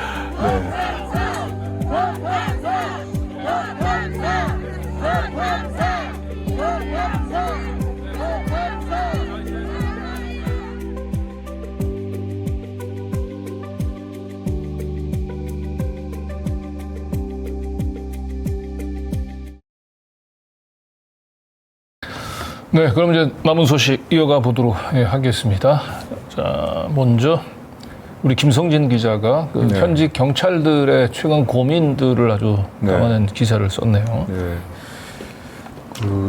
지금 경찰들에게 떨어지는 일들이 상당히 많습니다. 바로 이제 지난주부터였죠. 이른바 그 묻지마 범죄, 또 뭐 칼부림 사태들, 또 뭐 수해 현장이라든가 또 시위 집회에서의 이런 또 뭐 경비 이런 일들에 지금 경찰이 그야말로 총동원되고 있고 어느 때보다도 피로도가 심하다. 근데 이게 단순하게 피로도의 물리적인 육체적인 피로도만이 아니고 그렇겠죠. 정신적인 그렇죠. 자괴감. 정신적인 자괴감이 크죠. 무엇보다도 책임은 이 사람들이 지지 않고 정작 말단에 대해서만 책임을 묻고 대표적인 것이 이제 오송차 참사 같은 경우였고 또 뭐 이태원 참사도 그랬고 항상 같은 시기였잖아요. 네. 우리 장관들 책임자들은 네. 책임이었고 일찍이 사실은 뭐 우리는 이걸 예견을 했어요. 경찰들의 이러한 사태를 압수수색을 당하면서 저희가 지금 당신이 이제 국민들의 경찰이냐 아니면 윤석열 정권의 경찰이냐라고 제가 얘기를 하면서 그런 얘기할 때마다 그 경찰관들이 한마디를 못했거든요. 네. 뭐 상당한 자괴감을 느끼고 있는데 갈수록 지금 그렇습니다. 이 경찰관들이 이 국민 시민의 지팡이가 될 경찰들이 지금 점점 더 이 정권의 앞잡이로 좀 내몰리는 가운데서 상당한 좀 큰 자괴감을 지금 그렇죠. 토로하고 있군요. 네. 용산서 큰 소리치니 밑에서는 기관총이라도 쏠 기세다. 예. 그 우리 이제 김성진 기자가 현지 경찰 경감을 실명 인터뷰를 했어요. 아, 이거 실명 인터뷰였군요. 네. 그 창원 경찰서에 있는 경감인데 아주 용기 있는 그런 발언을 해줬습니다. 또 지금 경찰 내부의 기류가 어떤지를 아주 생생하게 증언을 이제 해주고 있는데요. 그러니까 경찰이 원래 있어야 할 자리에서 원래 해야 될 역할을 하도록 해달라고 하는 것인데 이제 권력에 의해서도 그렇지만 경찰 내에서 경찰의 지휘부에 의해서 경찰 자신의 자긍심, 자존감을 이렇게 스스로 해치는 그런 일들을 지금 벌이고 있지 않습니까? 그렇죠. 경찰 내부에서 이런 또 사실 경찰들도 시민의 일부거든요. 이런 민심의 이반 이것이 어떤 식으로든 앞으로 터지지 않겠는가. 그렇죠.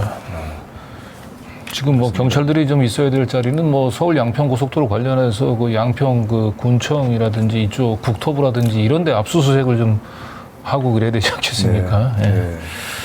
자, 또 다음 한번 소식 가볼게요. 이화영 유동규의 길 가나. 결국은 또다시 검찰의 그 주특기 고질병이 도진 것 같습니다. 그렇습니다. 지금 이제 이화영 전 경기부지사의 재판에서 진술이 상당히 좀 석연치 않게 흘러가고 있잖아요. 근데 이게 왜 그런가에 대해서 우리 권리숙 에디터가 재판장 다니면서 또 주변 취재를 통해서 이렇게 이제 분석을 한 것인데 공교롭게도 그 유동규 본부장이었죠. 검찰에서 이거 진술이 바뀐 것이 구속된 지 10개월째부터였어요. 구속 만기가 이제 돼가지고 이제 검찰이 이제 마음 먹기에 따라서는 풀어줄 수도 있고 연장할 수도 있고. 근데 지금 마침 우리 이화영 전 부지사가 10개월째 이 상황입니다. 그래서 뭔가 지금 이것은 이화영 씨의 어떤 그 내면에 뭔가가 어떤 그 변화가 있는 것인지 또 그렇게 변화가 뭔가 어떤 그 이유 때문에 그렇게 나타나고 있는 것이 아닌지 주변 사람들의 어떤 이런 진술을 통해서 또 그리고 무엇보다도 이화영 부지사 부인의 많은 그런 폭로가 있었잖아요. 검찰에서 아주 대단한 회유와 협박, 또 어떤 형량에 대한 협상 이런 작업들이 처음에는 사실은 이제 쌍방울 김성태 회장도 그 해외에서 이렇게 압송돼서 들어올 때까지만 해도 기자들 앞에서 이재명한테 돈 준 거 사실이 아니다라고 그렇죠. 얘기를 했는데 결국 검찰에 들어가서 한 달, 두 달 정도 있다가 보니까 진술을 번복을 했어요. 온갖 압박 카드를 들이대면서 진술 번복을 요구를 했겠죠. 그리고 이제 김성태에 이어서 드디어 이제 이화영 전 경기부지사까지 지금 검찰의 입맛에 맞는 진술을 지금 하고 있는 것 같은데, 제가 볼 땐 이건 뭐 재판이 시작이 되면 유동규처럼 검찰의 공소 유지가 제대로 이루어지기 아마 어려울 것 같고, 또다시 또 검찰이 또 그런 강압적인 수사의 민낯이 드러나지 않을까 싶습니다. 네, 그 다음 소식 한번 넘어가고 잼버리, 새만금 잼버리 연일 지금 뭐 전체 언론을 좀 기사를 도배하고 있는데, 정말 대한민국을 세계적인 망신 국가로 보여준 것이죠. 잼버리 사태. 잼버리 예산의 70%를 이제 결국 윤석열 정부에서 썼군요. 그 지금 이제 이 잼버리가 이렇게 부실하게 네. 치러지게 된 이유가 무엇이냐에 대해서 또 책임을 전 정부 탓으로 돌리고 있지 않습니까? 네. 그것을 조목조목 반박하는 논거 중에 하나인데 잼버리가 개최가 확정된 것은 6년 전이었고 6년 중에 이제 5년, 4년 반은 이제 문재인 정부 시절이었죠. 근데 하지만 항상 이런 국제 행사는 행사가 임박해서 되게 본격적으로 준비에 들어가죠. 실제로 이제 예산 사용에서도 그게 나타나고 있듯이 잼버리 예산의 70%를 윤 정부에서 쓴 것이죠. 네. 그리고 나서도 이제 1년 전 이제 그 국회에서 그 여가부 장관을 불러가지고 사실은 오늘과 네. 같은 이런 사태를 미리 다 얘기를 했어요. 야당 의원들이. 그렇죠. 이런 불볕더위 속에서 제대로 대회가 치러지겠느냐 라고 했을 때 뭐 여가부 장관이 자신 있게 얘기했거든요. 그렇죠. 만반의 네. 준비가 다 돼 있다라고 얘기를 했는데 막상 뚜껑이 열리고 보니까 사실은 아무것도 사실 제대로 된 대회를 그렇죠. 치를 준비가 되지 않았습니다. 예. 이 행사는 무엇보다도 정부 주관 행사예요. 중앙정부 주관 행사이지 개최진 전라북도가 주관한 행사가 아니거든요. 네. 그리고 전라북도는 그동안 5번인가 네. 폭염 속에 행사를 치러서는 안 된다라고 하는 행사 연기 요청을 또 했던 것으로 나타나고 있지 않습니까? 그때마다 그것이 묵살된 것이죠. 네. 근데 이제 와서 그것을 전 정부 또는 뭐 전라북도 탓으로 돌리고 있는 것은 전혀 이것은 네. 뭐 근거가 없는 것은 물론이고 황당한 일이죠. 네, 지금은 이제 아마 이제 여가부 공무원들이 제일 공포에 떠는 것 같습니다. 벌써부터 이제 그 그러겠죠. 여가부에 대한 지금 감찰 얘기가 나오고 있는데 뭐 그렇지 않아도 사실은 이 윤석열 정부 출범하고 난 뒤에 그 여성가족부는 대선 과정에서 그 여성가족부 폐지를 공약으로 당선된 그렇죠. 대통령인데 네. 사실은 여가부 공무원들이 뭐 언제 폐지될지도 그 모르는 이 부에 몸담으면서 제대로 사실 일할 맛이 나겠습니다. 네. 여러 가지로 어쨌든 엉망진창 총체적인 무능을 드러낸 이 잼버리 사태인데 결국 이 문재인 정부의 이제 모든 책임을 떠넘기려고 네. 하는데 이제 지금 이 정부가 하도 전 정부의 책임이 있다고 해서 제가 한번 그럼 문재인 정부 책임이 있는 것이 아닌가 한번 따져봤더니 예, 뭔 한번 잘못이 있습니까? 문재인 따져봤습니다. 정부에는? 네. 결론은 문재인 정부의 책임이 있습니다. 네. 예를 들면 이런 것입니다. 네. 윤 정부의 대응과 대처 능력을 예측하지 못한 잘못이 큽니다. 네. 그리고 전 정부 탓이라고 하는 공격을 이 정도로까지 할 줄을 예상하지 못한 과오가 커요. 네. 사실 근본적으로는 이 잼버리 대회 자체를 반납하는 것이 이 같은 사태의 원천 방지 차원에서 필요했던 것이 아닌가 하는 그런 검토를 하지 않았던 잘못. 이게 큰 것이죠. 윤석열 정부의 완벽한 무능을 예견하지 못한 책임이 있다. 그렇습니다. 예. 네. 그리고 그래서 이제 완벽한 예방을 해놓지 못한 책임이 있죠. 어쨌든 이게 지금 우리가 지금 보고 있는 뭐 이제 상식이 무너지고 전도되고 붕괴되고 있는 현실이 이번에 이 같은 또 잼버리 사태에 대한 전 정부 탓에서도 이게 아주 뭐 집약적으로 나타나고 있는 것이죠. 근데 문재인 정부의 잘못이 있다라고 인정을 해야 되겠어요. 네. 이 같은 정부일 줄을 예상하지 못한 문재인 정부의 잘못이 크다. 그래서 문재인 대통령이 조금 더 총력을 다해서 윤석열 정권의 출범을 네. 막았어야 되는데 이 정도로 형편없을 줄 알고는 생각을 맞습니다. 우리가 참 못했던 이렇게 게 이러한 아닌가. 어처구니 없는 결론을 내놓을 수밖에 없는 상황입니다. 네. 자, 다음은 우리 이제 소설가 김훈. 네. 김훈 선생님이 씨의 그 한번- 중앙일보 기고였죠. 초등학교 교사의 죽음에 대해서 그 아주 장문의 글을 쓴 것이 많은 사람들로부터 이제 논란이 됐죠. 네. 근데 김훈 씨가 항상 글을 쓰면 사람들이 많이 보게 돼 있죠. 네. 근데 이번 글도 저는 뭐 뒤늦게 이제 보고 읽어보고 어떤 식으로든 뭔가 하나 좀 얘기를 해야 되겠다 싶어서 저렇게 했는데요. 이제 김훈이라고 하는 작가, 소설가라고 하는데, 근데 저는 작가와 소설가 또 이야기꾼을 좀 나누고 싶어요. 모든 이야기꾼이 다 작가는 아니다라 생각을 해요. 근데 먼저 간단히 그 김훈 네. 이 작가가 중앙일보에 이제 어떠한 글을 기고했는지 조금 소개가 좀 필요할 것 같아요. 이 내용을 모르시는 분들도 있을 것 같아서. 네. 이 서희 초등학교 교사 죽음과 관련해서 김훈 작가는 한국인 모두에게 죄가 있다. 그렇죠. 이걸 얘기를 했고. 이른바 내 새끼 지상주의가 한국인 모두의 그런 그 병폐이다. 네. 이렇게 얘기를 그리고 내 새끼 지상주의의 이제 대표적 사례는 네. 이제 조국 그렇습니다. 일가를 지목을 네. 했다는 거죠. 예. 네. 이제 그런 식으로 논지를 전개를 했죠. 네. 네, 뭐 좋습니다. 어떤 이런 그 사건의 사태 현장 속으로 들어가 작가가 그 현장의 슬픔, 그런 감정들을 충실하게 전하는 것은 좋은데, 네, 그것은 이야기꾼으로서 할 수 있는 이야기가 있고, 하나의 그 사회에 대한 작가, 지식인으로서 또 해야 되는 이야기가 있는 것이거든요. 어떤 저런 진단이 정말 작가다운, 지식인다운 그런 분석과 진단인가에 대해서 사실 적잖은 사람들이 많이 실망을 했을 것입니다. 이제 그 전점에 대해서 참 이것은 좀 서글픈 일이다, 슬픈 일이다. 예. 예. 우리 김민웅 선생님이 네, 이것도 이제 김민웅 교수가 역시 이제 우리 또 김훈 교수의 글을 읽고 아주 또 도저히 쓰지 않고는 넘어갈 수가 없다. 그래서 또 아주 매섭게 실타를 지식인의 몰락과 붕괴라고 얘기를 하면서 그렇죠.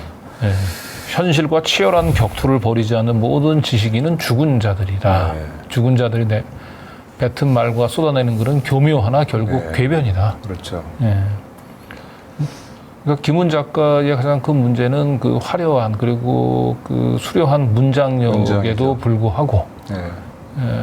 지금 현재 윤석열 정권 하에서 뭐가 문제인지 네. 현실에 대한 냉철한 분석과 직시, 그렇습니다. 치열한 사고, 고민 그 부분들이 결여가 되니까 이 서희 초등학교 우리 사회 구조적인 폭력이 그 만성화돼서 나타난 이 서희 초등학교 교사의 사태의 죽음을 네. 우리 국민 모두의 책임으로 그렇죠. 하나마나한 지적을 한 거죠, 이거죠. 네. 네, 제가 좀만 더 얘기를 좀 할까요? 네. 우리 이제 김민우 교수도 지식인의 몰락과 붕괴로 하나 이제 그 예로서 우리 김훈 작가를 김훈 소설가를 얘기를 했는데, 그 저는 이제 그 우리 덧탐사가 있는 남양주 이곳에 머지않은 곳에 그 다산 정약용 선생의 생가가 있잖아요. 맞아요. 그렇죠. 예, 네. 있죠. 그래서 남양주 자체가 이제 다산 선생의 도시라고 할 수 있는 것인데, 그 다산 선생의 이제 일화 중에 이런 게 있어요. 어떤 그 소년이 다산 선생을 찾아옵니다. 책을 한 보따리 싸들고 이제 글에 관한 글짓기에 관한 책을 싸들고 와요. 그래서 어떻게 왔느냐? 선생님으로부터 글을 잘 쓰는 법을 배우고 싶습니다. 이렇게 찾아와요. 다산 선생이 이제 앉혀놓고는 이렇게 얘기를 합니다. 들어봐라. 글이라고 하는 것은 뭔가 세상을 바로 보고 깊게 보고 넓게 공부하면서 거기에서 어떤 치열한 문제의식이 안으로 쌓이고 넓어질 때, 그럴 때 그것이 도저히 안으로 담아둘 수 없을 때, 그럴 때 밖으로 흘러 넘쳐 나올 때, 그럴 때 쓰는 것이 진짜 글이다. 이렇게 이제 얘기를 하죠. 그러니까 글이라고 하는 것은 결코 어떤 그 자체에 필력으로 쓰는 것이 아니라고 하는 거예요. 저는 이제 김훈 소설가의 문장을 다들 미문이라고 하는데, 문장은 사실 또 하나의 글의 방편이자 도구일 뿐이거든요. 우리가 뭐 조지 오웰의 그런 나는 왜 쓰는가와 같은 글에서도 이제 그런 게 나오지만은, 이것이 어쨌든 우리 한국의 문단에서의 하나의 현실이고 좀 서글픈 현실이라고 봐요, 저는. 물론 김훈 소설가는 그대로의 독자들이 충분히 있을 수가 있습니다. 다만 그것은 지금과 같은 그냥 뭐랄까요, 이야기꾼으로서의 그런 소설을 쓴다면은 그 정도의 그 이야기를 재미있게 듣고 또 그리고 그런 이야기를 계속 들려주는 역할로 그 정도를 하면은 된다고 봐요. 그래서 작가, 지식인으로서 자기가 뭔가를 우리 사회의 어떤 이런 현안에 대해서 얘기를 하기 위해서는 좀 더 깊어져야죠. 제대로 봐야죠. 조국 교수의 경우가 그야말로 어떤 영세불망의 그런 표현이에요. 영세불망의 그런 권력을 누렸다, 특권을 누렸다, 그렇게 얘기하는 것이 과연 이 사태에 대한 바른 진단이냐 이런 생각이 들고요. 그리고 또 하나는 바로 이런 기문이라고 하는 이야기꾼, 뛰어난 이야기꾼일 수 있는 소설가를 언론이 자꾸 또 활용합니다. 나오게 해서 뭔가에 대해서 발언하게 하고, 그래서 그 권위를 빌어서 어떤 하나의 사안들에, 여러 사안들에 대해서 잘못된 진단을 하게 하죠. 그런 점이 한편으로는 언론은 김훈 작가를, 소설가를 소비하고 또 우리의 김훈 소설가와 같은 이런 뭐 작가, 소설가는 또 언론을 또 활용을 하는 것이죠. 이런 공존 공생 관계가 우리 한국의 지식인의 부재라고 할까? 한국 지식인의 어떤 역할 부재 이런 것을 한편 보여주는 씁쓸한 장면 같아요. 예전에 이제 80년대 보면은 이 시대의 이제 그 암흑을 이제 그 자신의 몸을 이제 불사르기 위한 젊은이들의 그 분신들이 계속 잇따랐지 않습니까? 근데 이때 그 당시에 유명한 지식인이었던 김지아 씨가 그 조선일보인가요? 그 인터뷰에서 죽음의 구판을 이제 집어치우라라고 하면서 이 사태의 근저를 이제 젊은이들의 생명 사상에 대한 경시 이걸로 진단을 하면서 굉장히 그 많은 지식인들을 좀 허탈하게 했었는데 거의 김훈 우리 작가가 이 서희초등학교의 그 교사의 죽음을 우리 모두가 내 새끼만을 위하는 그러한 인식 그 부분들에 대한 반성을 촉구하는 모습은 또 다른 김지아의 씁쓸함을 좀 보는 것 같습니다. 제가 한마디만 더 드리면요. 저는 김훈 작가는, 김훈 소설가는 김훈 소설가대로 자기 자리가 있고 자기 역할이 있다고 봐요. 그런데 또 이제 그래서 이제 그 김훈 소설가를 좋아하는 독자들이 많이 있는 거죠. 한편으로 이것은 지금 김훈 소설가의 문제가 아니고 김훈 소설가와 같은 사람들이 한국의 문단에서 대표 작가가 되어 있는 바로 이 같은 우리 사회의 현실, 이런 문학의 현실, 또 지식인의 현실, 이것이 저는 근본적인 구조적인 문제가 아닌가 그런 점에서 좀 생각해 볼 점이 많다 이렇게 얘기를 하고 싶습니다. 어쨌든 정작 그 책임을 져야 될 우리 사회의 구조적인 폭력이 결국 김훈 작가를 동원을 해서 자신들의 책임을 은폐하는데 사실상 이제 김훈이라고 하는 브랜드를 지금 소비하고 있는 거죠. 안타까움이 있습니다. 자, 다음 한겨레 망가져가는 국정원을 되살려야 한다. 이 기사는 제가 오늘 한겨레에 저거는 이제 한겨레 대표적인 기자의 컬럼인데요. 국정원에 대해서 이렇게 얘기를 하고 있어요. 여기 이제 정치 권력이 정보기관에서 손을 뗄 때가 됐다. 그리고 윤석열 대통령이 시작하면 좋겠다라고 얘기를 해요. 근데 앞부분에 이제 여러 가지 국정원에 대한 문제점 지적하는 글이 많이 있는데 이것도 아까 우리가 좀 전에 봤던 한겨레의 다른 그 칼럼에서 봤던 것과 같은 일종의 모든 정권에서 똑같은 일이 벌어지고 있다는 식으로 그런 시각에서 출발한 글입니다. 사실 그런가요? 그렇지도 않거니와 그리고 국정원과 같은 정보기관은 정치 권력이 정보기관에서 손을 떼면 안 되는 거예요. 사회적인 통제, 이것이 상당히 이제 정치를 통해서 통제가 되는 것이죠. 그렇죠. 민주적인 통제를 해야 되는 것이에요. 그 위험한 기관이죠.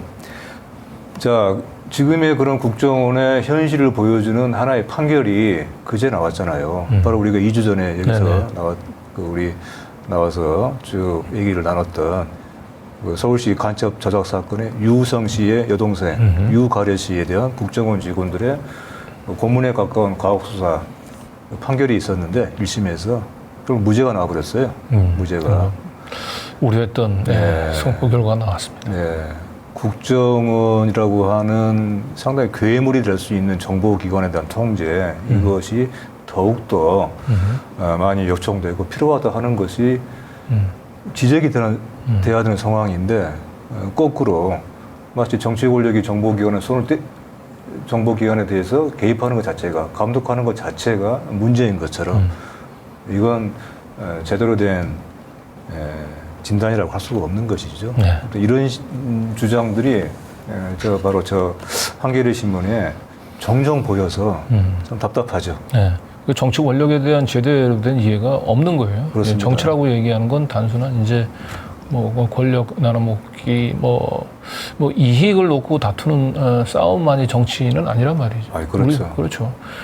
우리 사회를 이제 어떤 방향으로 이끌어갈 것인가를 놓고 이 대의에 의해서 선택된 사람들이 결국은 그 대의를 집행하는 게 정치 아닙니까? 네.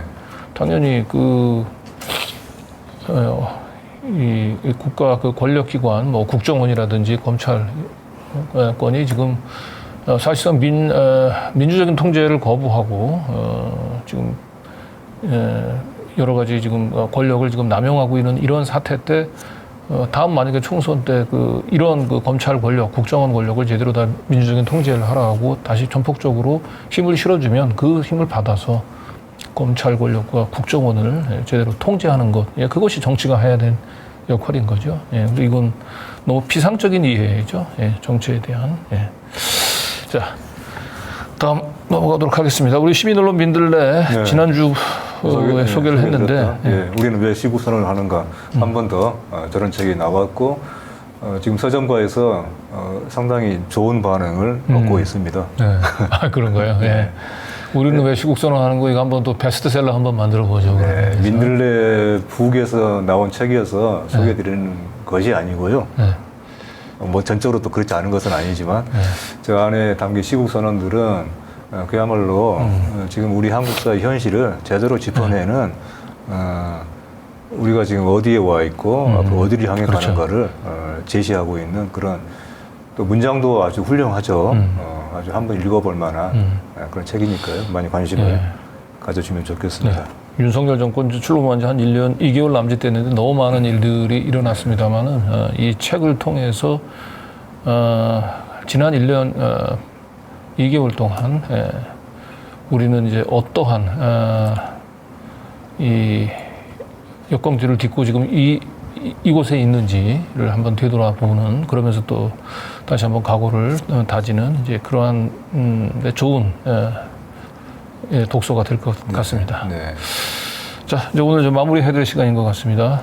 시민언론 민들레 시민이 후원이 바람입니다. 민들레 호시를 날려주시고요. 그리고 다음 주 월요일서부터는 드디어 민들레가 8시 뉴스로 찾아갑니다. 뭐 끝으로 오늘 네. 그냥 우리가 오늘 공영언론의 2기에 대해서 얘기를 좀 나눴는데요. 네. 이번 주가 중대한 고비인 것 같아요. 이번 주 다음 주가 이제 언론을 지켜내느냐.